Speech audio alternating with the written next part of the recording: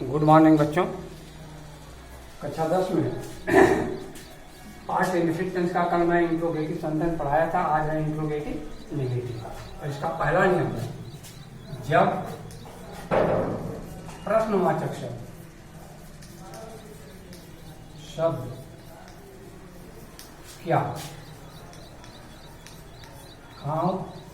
वाक्य में पहले हो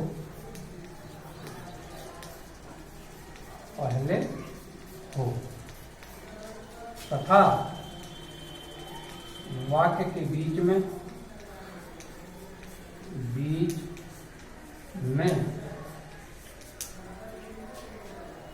नकारात्मक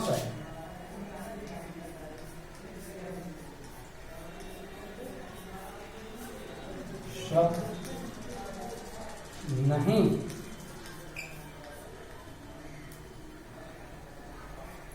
या कभी नहीं कहते या कभी नहीं के प्रयोग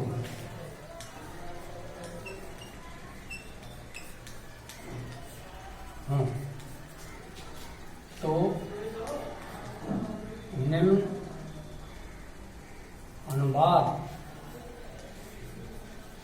इस प्रकार होता है।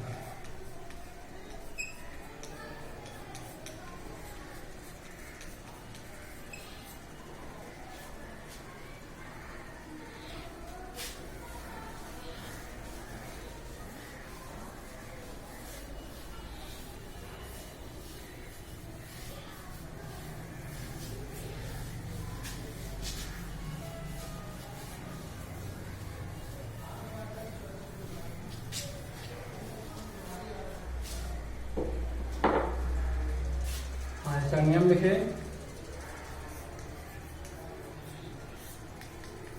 सबसे पहले हेल्पिंग वर्ब और हेल्पिंग वर्ब इसकी है डीडी, फिर सब्जेक्ट,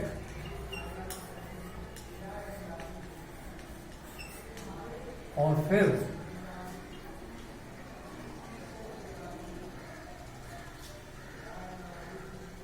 नॉट या नेवर,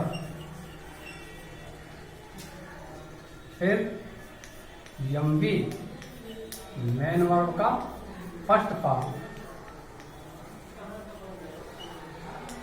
अंत में ऑब्जेक्ट तथा सबसे अंत में क्वेश्चन मार्क या साइन ऑफ इंटरोगेशन। ये नियम है। जैसे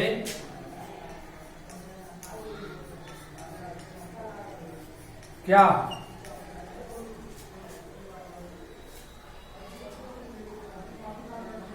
वह इस समय अपने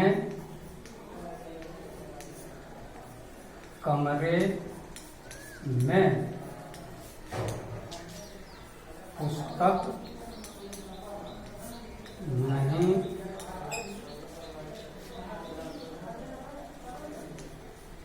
पढ़ता था, और अंत में क्वेश्चन इस समय के बजाय उस समय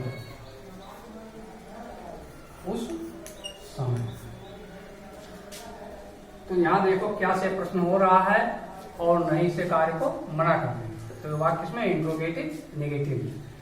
तो सबसे पहले डिड ही नॉट रीड अपनी पुस्तक हिज बुक, अपने कमरे में इन हिज रूम, और उस समय दैट टाइम TIME, और अंत में क्वेश्चन मार्क। यहाँ एक दूसरा उदाहरण देखिए,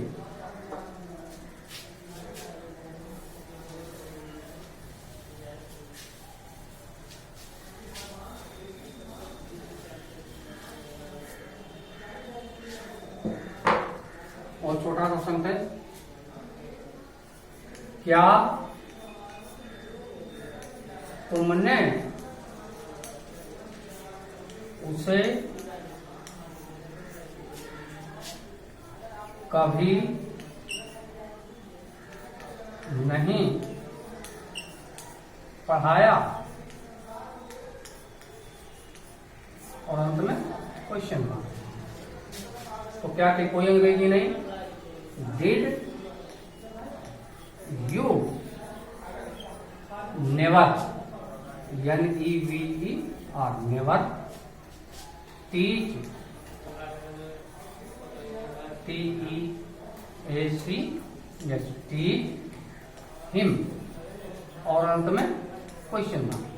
और इसीलिए मैंने उदाहरण दिया है, अगर वो सेंटेंस जो है इंट्रोगेटिव नेगेटिव में है तो नेवर के साथ सहायक क्रिया का प्रयोग होता है, लेकिन अगर वो सेंटेंस पार्ट इंफिनिट में केवल नेगेटिव में है तो नेवर के साथ कभी भी सहायक क्रिया का प्रयोग नहीं होता है, ये भी जान लीजिए।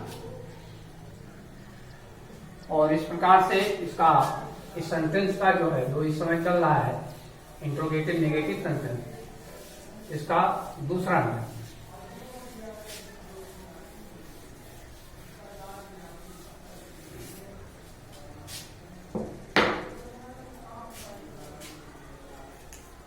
दूसरा नियम है, जब WH के शब्द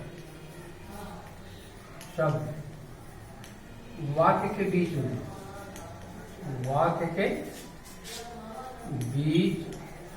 में तथा वाक्य में नकारात्मक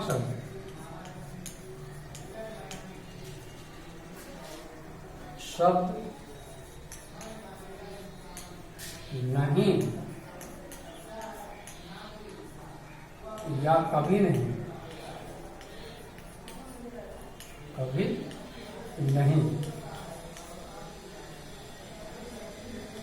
के प्रयोग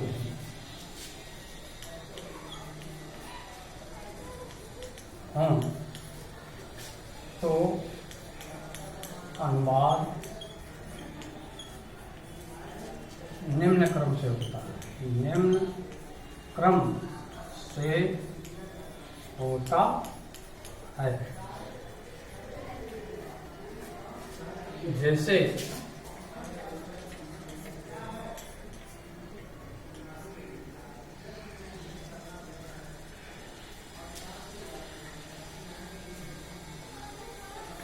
तुमने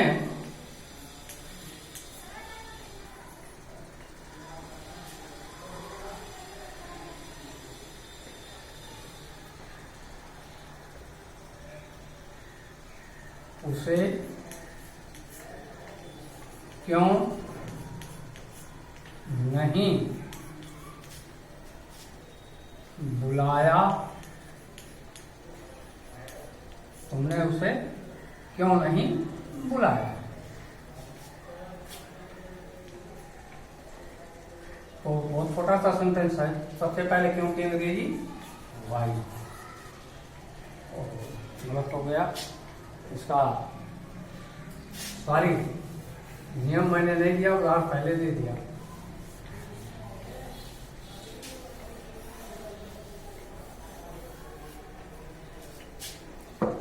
इसका नियम देखिए,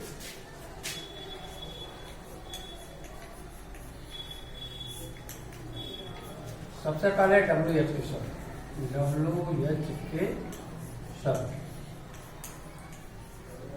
फिर हेल्पिंग वर्ब, हेल्पिंग वर्ब है डिड, फिर सब्जेक्ट,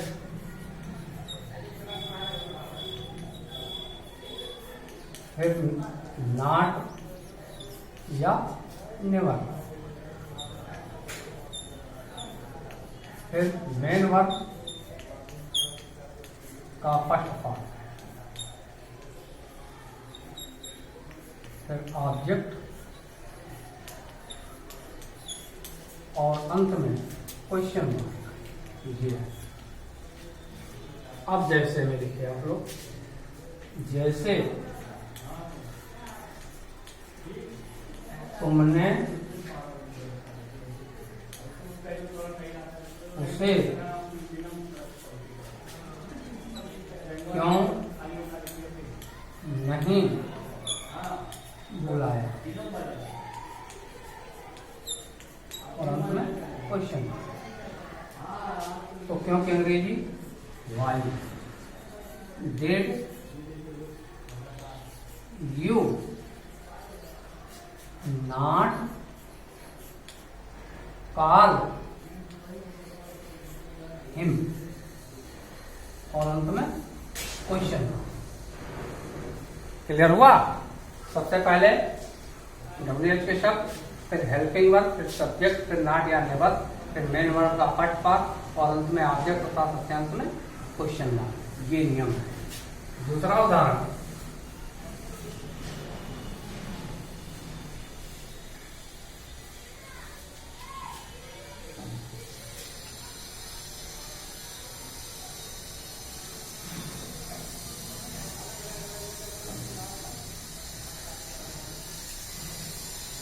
कितने छात्र इस समय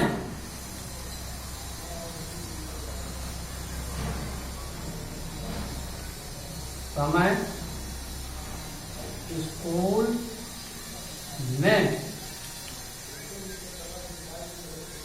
नहीं पहुंचे।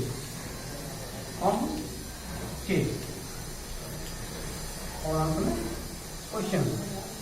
तो ये मैंने बताया है कि अगर वाक्य में how many, how much, whose या हुच के प्रयोग होते हैं तो सबसे पहले उसकी अंग्रेजी लिखी जाएगी और उसके साथ उसका जो भी अटेंडेंट नाम होगा मतलब उसके साथ रहे तो हो जाएगा how many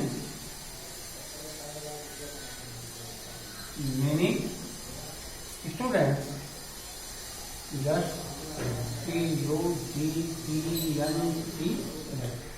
how many students did not reach